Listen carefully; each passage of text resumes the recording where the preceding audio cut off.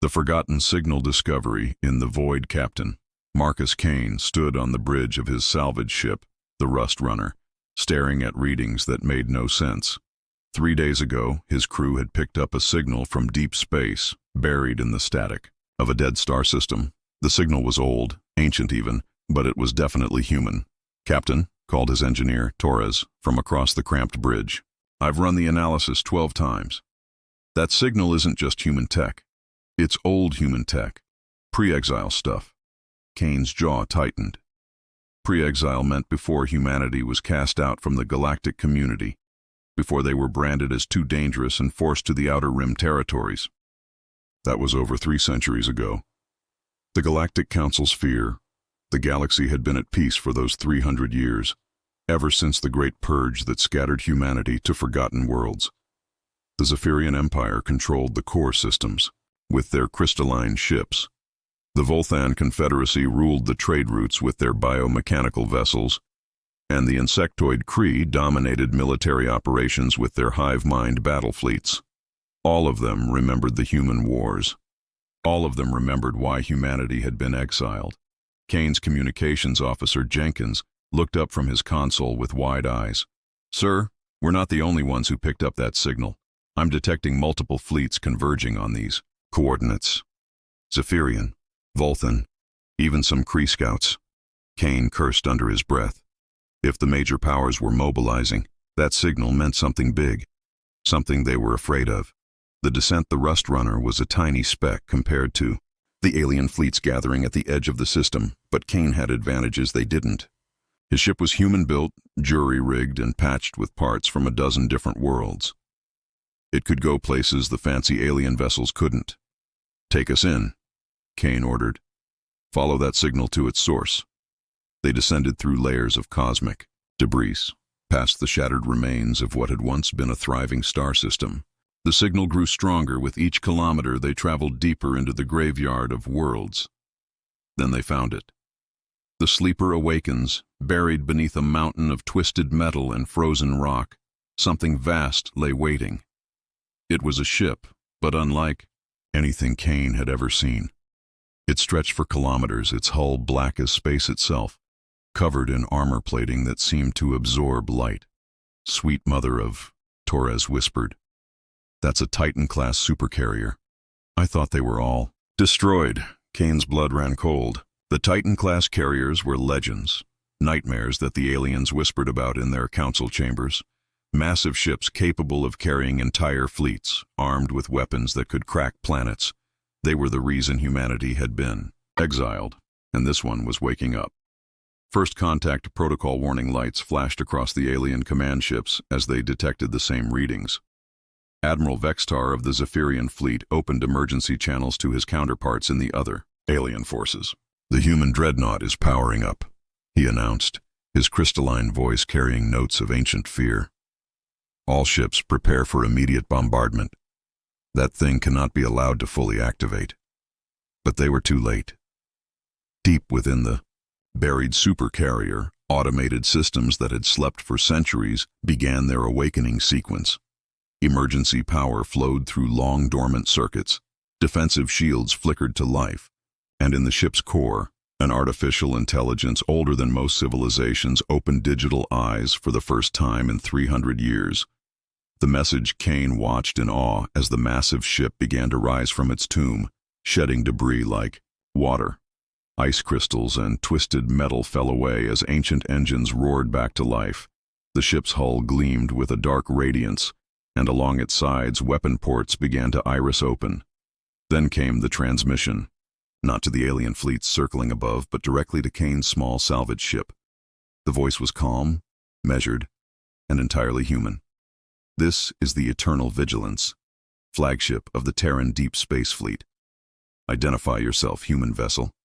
Kane's hand shook as he reached for the communications console.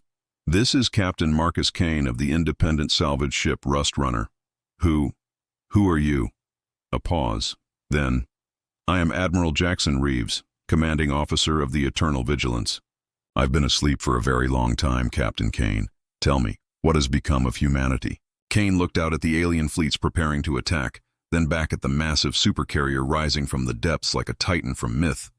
"Admiral," he said quietly, "we've been waiting for you to wake up." Above them, the alien fleets opened. Fire, their weapons painting the darkness with deadly light. But for the first time in 3 centuries, humanity had a guardian. The eternal vigilance had returned, and the galaxy would never be the same.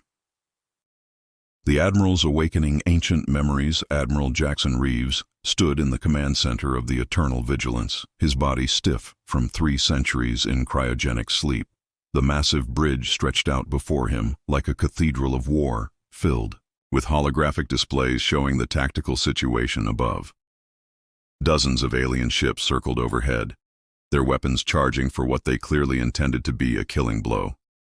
The ship's AI, codenamed Athena, materialized as a shimmering blue hologram beside him. "Admiral, all primary systems are online.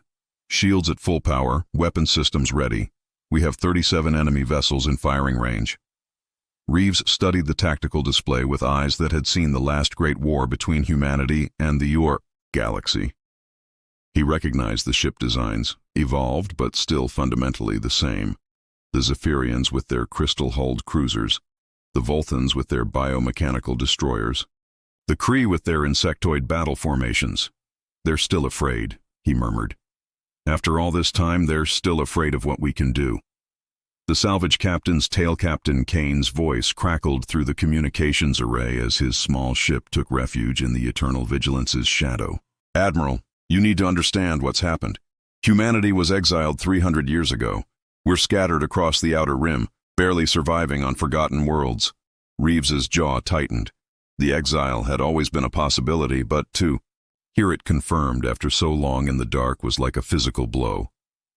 How many survived? Millions, maybe billions, spread across hundreds of worlds. But we're not united anymore. No central government, no fleet. Just independent colonies trying to make it on their own. Athena interrupted their conversation. "Admiral, the enemy fleets are moving into attack formation. Recommend we demonstrate our capabilities before they commit to full assault."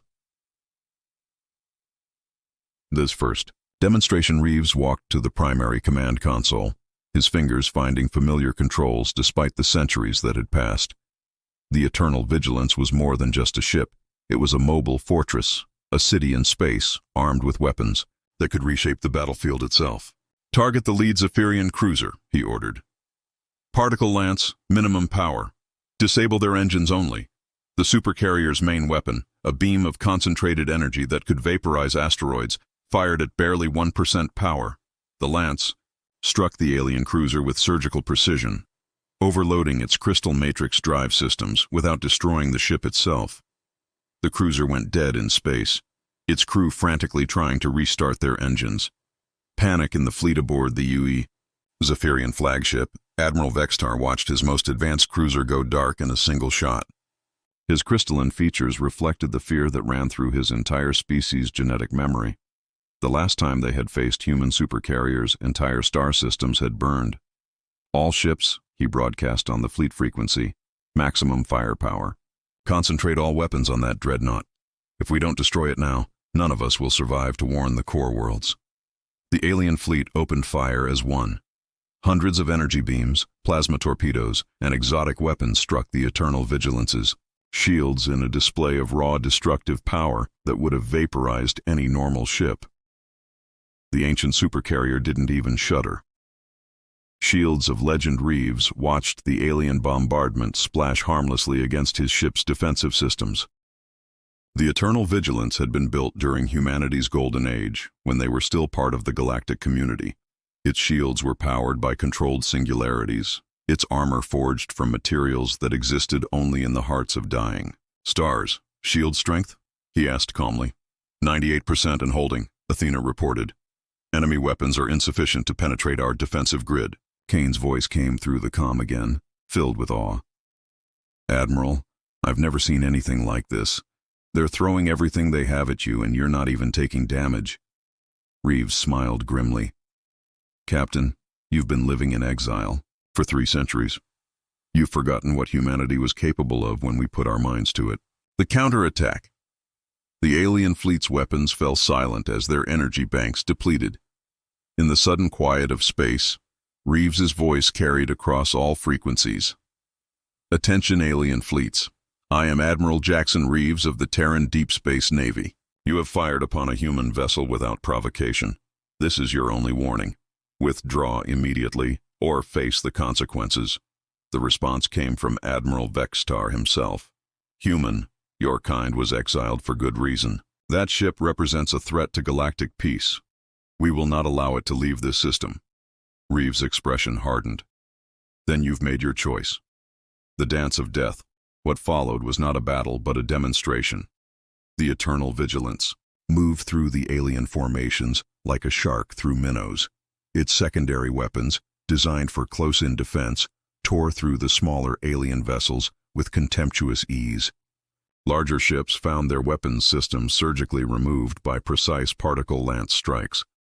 The Supercarrier's fighter bays opened, releasing clouds of automated drones that had been waiting in darkness for centuries. The drones moved with lethal precision, disabling alien ships faster than their crews could react. In 20 minutes, the entire alien fleet was either destroyed or dead in space. A new hope as the last alien ship went dark. Captain Kane's voice came through the comm, filled with something that had been missing from humanity for 300 years. Hope. Admiral, there are human colonies throughout the Outer Rim, independent worlds that have been waiting for something like this.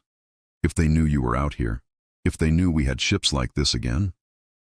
Reeves looked out at the debris field that had once been an alien fleet, then at the tactical display showing human settlements scattered across the galaxy's edge. Captain Kane, transmit a message to every human world you can reach. Tell them the exile is over.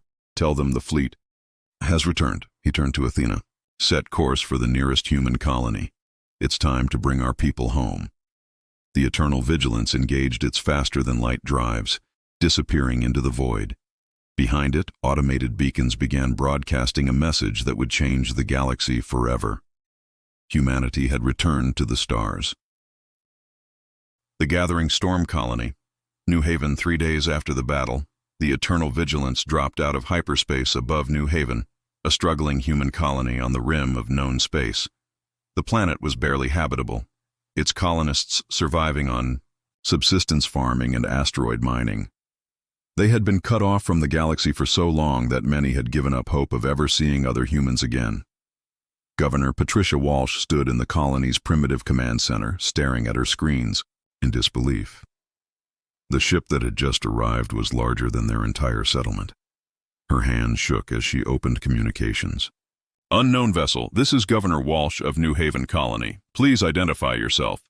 The response came in a voice that carried the weight of authority and hope. Governor Walsh, this is Admiral Jackson Reeves aboard the Eternal Vigilance. We're here to bring you home.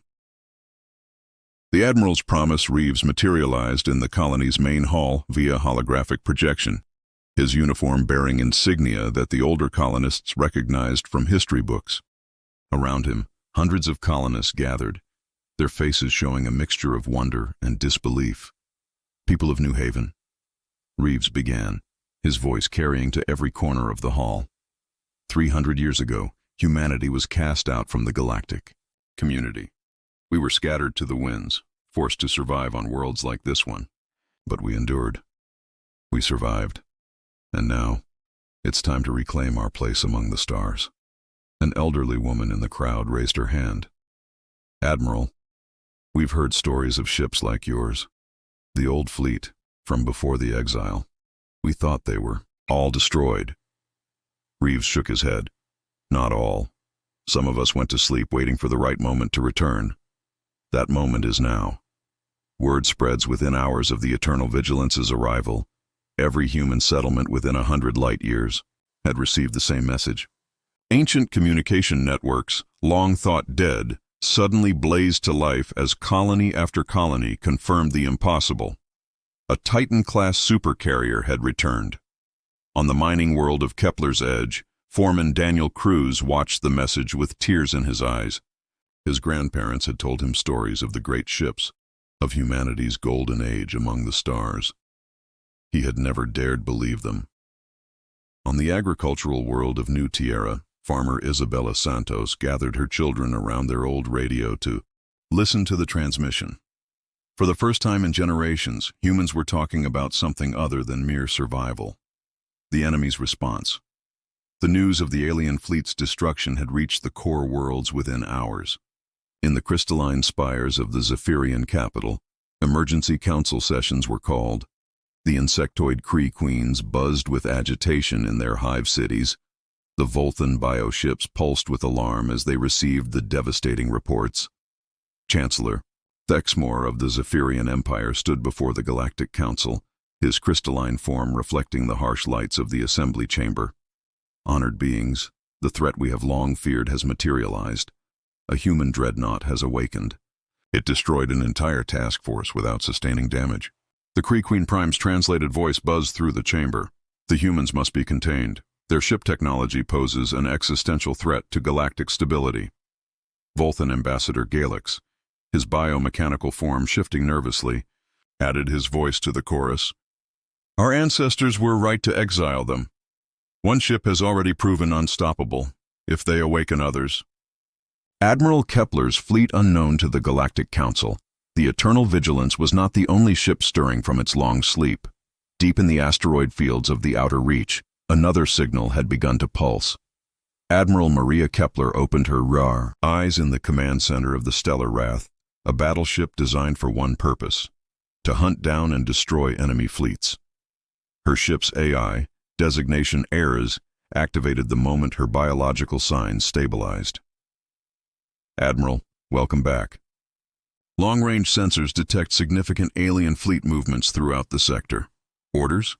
Kepler studied the tactical displays, noting the massive mobilization of alien forces. They're panicking. Good. Signal any other ships in the network. It's time for Phase 2. Across the galaxy, in hidden locations known only to the deepest military archives, more signals began to pulse. The Eternal Vigilance had been the first to wake, but it would not be the last. The human response, Governor Walsh stood beside Admiral Reeves in the colony's landing bay as the first shuttles prepared to depart New Haven. Hundreds of colonists had volunteered to join the crew of the Eternal Vigilance, their faces bright with purpose for the first time in decades. Admiral, Walsh said quietly, there's something you should know. We've been in contact with other colonies. They're all reporting the same thing. Volunteers are flooding in.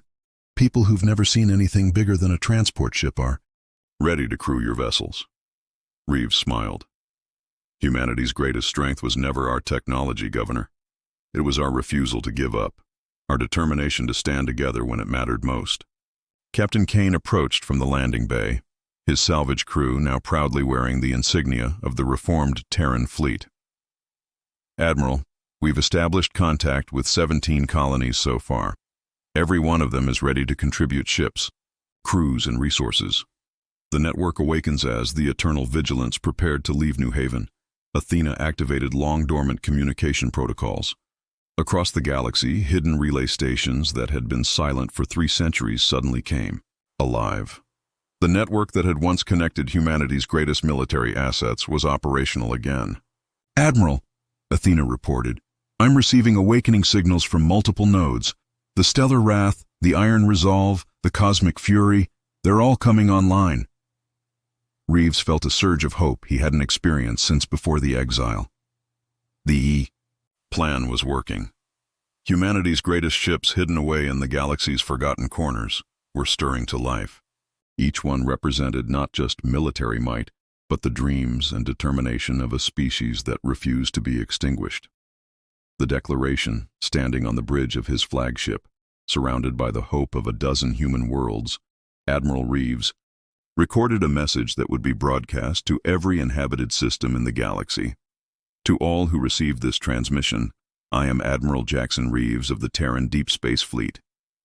300 years ago, humanity was exiled from the galactic community.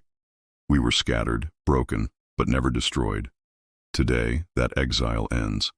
We return not as conquerors, but as equals. We return not to dominate, but to reclaim our rightful place among the stars.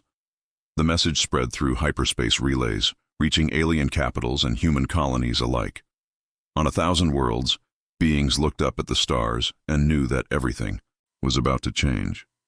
The galaxy had ignored Earth for 3 centuries. Now Earth was coming home.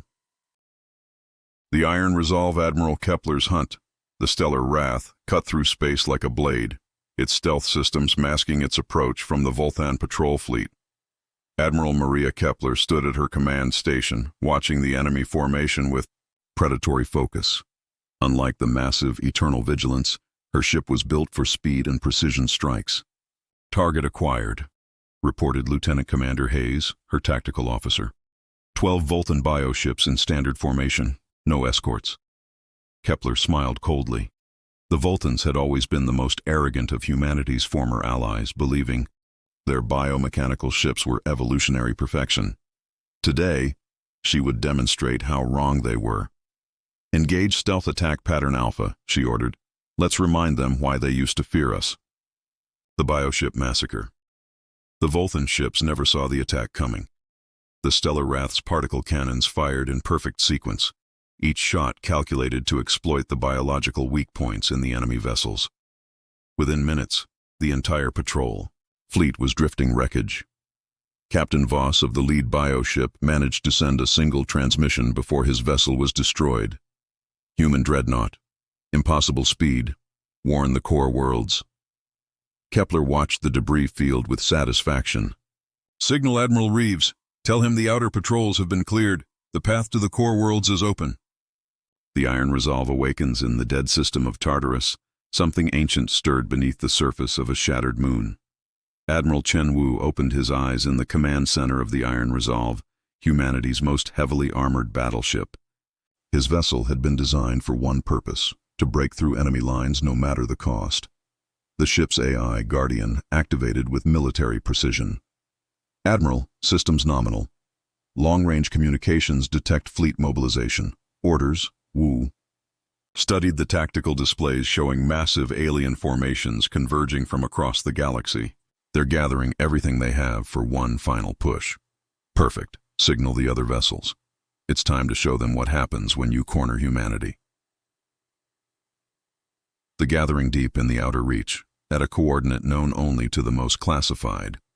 Military archives, 4 massive shapes moved through the darkness. The Eternal Vigilance, Stellar Wrath, Iron Resolve, and Cosmic Fury had found each other after 3 centuries of separation. Admiral Reeves stood in the command center of his flagship, surrounded by holographic projections of his fellow commanders. Admiral Kepler, still wearing her hunter's smile. Admiral Wu, stoic and unbreakable. Admiral Torres of the Cosmic Fury, whose ship specialized in long-range bombardment. "Status report," Reeves requested. Torres spoke first. "Outer Rim colonies are rallying. We have 17 worlds committed to the cause, with more joining daily. Volunteer crews are exceeding all projections." Wu nodded approvingly. "My reconnaissance drones report massive alien fleet buildups in the core worlds. They're mobilizing everything. Zephyrian crystal fleets, Vulthan bio-armadas, Kree hive ships. This will be the largest military formation in galactic history." Kepler's expression was fierce. "Good, let them come. They exiled us because they feared what we could do. Now they'll learn that fear was justified." The human fleet, what had begun as 4 ancient ships, had grown into something unprecedented. Human colonies throughout the outer reach had contributed vessels, crews, and resources. Converted freighters flew alongside refurbished destroyers. Mining ships had been armed with weapons salvaged from old battlefields. Captain Kane, now serving as Reeves's fleet coordinator, presented the final tally. "Admiral, we have 47 combat vessels of various classes, plus support ships and supply craft. Total personnel, 23,000 humans ready to fight for our future." It was a fraction of the alien forces marshaling against them, but Reeves had never seen a more determined group of warriors. These weren't professional soldiers. They were farmers, miners, traders, and colonists who had decided that exile was over. The enemy's panic in the core worlds, the Galactic Council met in emergency session. The chamber buzzed with translated voices as reports poured in from across the galaxy. 4 human dreadnoughts confirmed active, reported the Zephyrian intelligence officer. Multiple smaller fleets detected moving toward core territories. The Kree Queen Prime's mechanical translator crackled with agitation. Impossible. Our records show all human supercarriers were destroyed during the exile. Vulcan Ambassador Galix, his bioform shifting nervously, provided the truth they all feared. Our ancestors lied. Some ships were allowed to escape, to sleep in hidden locations. Now they have awakened, and they bring 3 centuries of hatred with them. The declaration of war. The formal declaration came simultaneously to every major world in the galaxy. Admiral Reeves's voice carried across space, calm and implacable. To the governments of the core worlds. 300 years ago, you exiled humanity from the galactic community. You scattered our people to distant worlds and left us to die. Today we return to reclaim our place among the stars. Stand aside, and we will pass in peace. Stand against us, and face the consequences of your betrayal. The response was swift and predictable. The Galactic Council formally declared the human fleet a terrorist organization. Emergency powers were invoked. Every military vessel in the core worlds was ordered to converge on the predicted human approach route. The core world fleet, what assembled to face humanity, was the largest military force in galactic history. Over 300 ships from a dozen species, armed with weapons that could shatter moons. The crystalline spires of Zephyrian dreadnoughts gleamed alongside the organic curves of Vulcan bioships.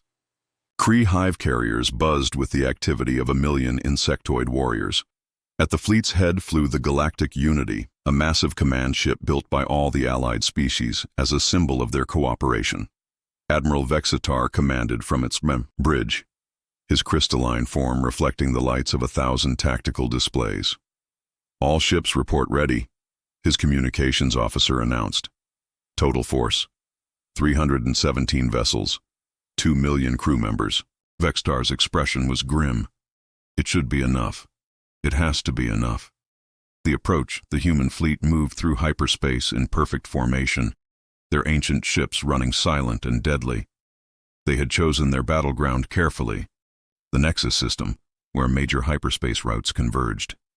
Here, they would make their stand.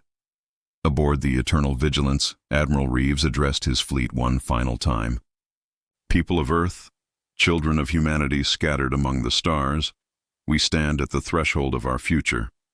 Behind us lies 3 centuries of exile, struggle, and survival. Ahead lies our destiny. Today, we remind the galaxy that humanity bows to no one. The human fleet dropped out of hyperspace in perfect formation, their ancient ships gleaming like stars against the darkness. Across from them, the largest alien armada in history waited with weapons charged and ready. The Second Galactic War was about to begin. The Empire reborn, the Battle of Nexus. Point space erupted in fire as 300 alien ships opened their attack. Energy beams, plasma torpedoes, and exotic weapons filled the void with deadly light. The 4 human supercarriers moved like ancient gods of war, their shields blazing as they absorbed the massive bombardment.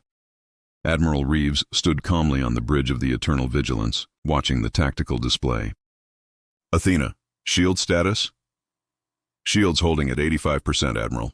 Enemy weapons are more advanced than our previous encounter, but insufficient to penetrate our defenses. The human response was swift and devastating. The stellar wrath vanished from sensors, reappearing behind the alien formation to unleash precise strikes that crippled a dozen ships. The Iron Resolve charged straight into the enemy center, its massive armor shrugging off direct hits that would have vaporized normal vessels. The Tide Turns Admiral Vextar watched in horror as his carefully planned battle formation crumbled.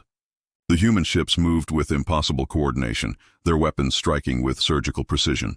Entire squadrons of alien vessels were disabled or destroyed within minutes. All ships, concentrate fire on the lead dreadnought, he commanded desperately. The Eternal Vigilance became the focus of the entire alien fleet. Hundreds of weapons struck its shields simultaneously, creating a light show that could be seen from neighboring star systems. For a moment, it seemed, the ancient ship might falter. Then Admiral Reeves gave the order that changed everything. All ships, maximum firepower.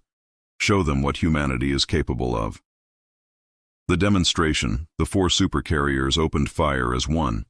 The Eternal Vigilance's main particle lance struck the alien flagship, not to destroy it but to demonstrate absolute superiority. The beam passed through the ship's shields as if they weren't there, surgically removing its weapon systems without harming the crew. The Cosmic Fury unleashed its long-range bombardment systems, each shot precisely calculated to disable rather than destroy. The Stellar Wrath moved through the alien formation like a dancer, its weapons creating beautiful patterns of destruction. The Iron Resolve simply plowed forward, unstoppable and implacable. In 30 minutes, the largest military force in galactic history was reduced to floating scrap and disabled hulks. The surrender Admiral Vextar's voice crackled across all frequencies, filled with defeat and ancient fear.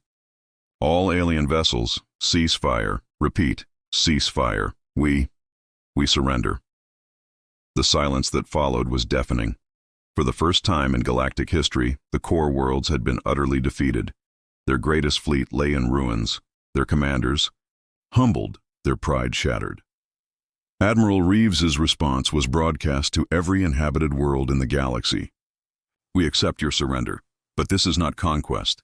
This is justice. This is humanity reclaiming its rightful place among the stars. The New Order 3. Months later, the Galactic Council reconvened on the neutral world of Centauri Prime. But the chamber was different now. Where once alien species had debated humanity's fate, now human representatives sat alongside their former oppressors. Admiral Reeves, now bearing the title of Terran Fleet Admiral, addressed the assembly. The exile of humanity is officially ended. We claim no territory, demand no tribute, seek no revenge. We ask only for what we always deserved, equality among the stars. Governor Walsh, representing the Outer Rim colonies, added her voice. Our people have survived 3 centuries of hardship. We've learned to value freedom, cooperation, and mutual respect. These are the principles we bring back to the galactic community. The Terran Empire, it began with a simple declaration. The formation of the Terran Empire, not as a conquering force but as a protective alliance of human worlds. The ancient supercarriers became the guardians of human space, ensuring that never again would humanity face exile or extinction. Captain Kane, now Admiral Kane of the reformed Terran Navy, established the first new shipyards in centuries. Human engineering, dormant for 300 years, awakened with innovations that astounded the galaxy. Ships that could think, weapons that could choose their targets, shields that adapted to any threat. The price of peace. The alien species that had once enforced humanity's exile now found themselves dependent on human technology and protection. The Zephyrians, whose crystal ships had been easily defeated, requested human engineers to upgrade their fleets. The Volthans, humbled by their losses, sought trade agreements with human colonies. Only the Kree remained hostile, their hive mind, unable to accept the new reality. They withdrew to the galactic rim, nursing their hatred and planning for a future conflict that would never come. The Admiral's legacy years passed, and the galaxy settled into a new peace. Admiral Reeves, now an old man, stood on the observation deck of the Eternal Vigilance watching human ships patrol the space lanes alongside their former enemies. Captain Torres, his aide-de-camp, approached with the daily reports. Admiral, the Centauri system has requested our assistance with a pirate incursion. The Zephyrians are offering a joint patrol mission. Reeves smiled. Approved. It's good to see cooperation replacing conquest. He looked out at the stars, thinking of all the human worlds that now flew their flags proudly among the galactic community. New Haven had become a major trade hub. Kepler's Edge supplied rare minerals to a dozen systems. New Tierra fed half the Outer Rim with its agricultural exports. The Eternal Watch. The 4 ancient supercarriers continued their patrol of human space, but they were no longer alone. New ships, built with updated technology and crewed by the children of exiles, joined the fleet. The Terran Empire had become the galaxy's protector, standing guard against threats from beyond the known stars. Admiral Kepler, still commanding the Stellar Wrath, reported back from the galactic rim.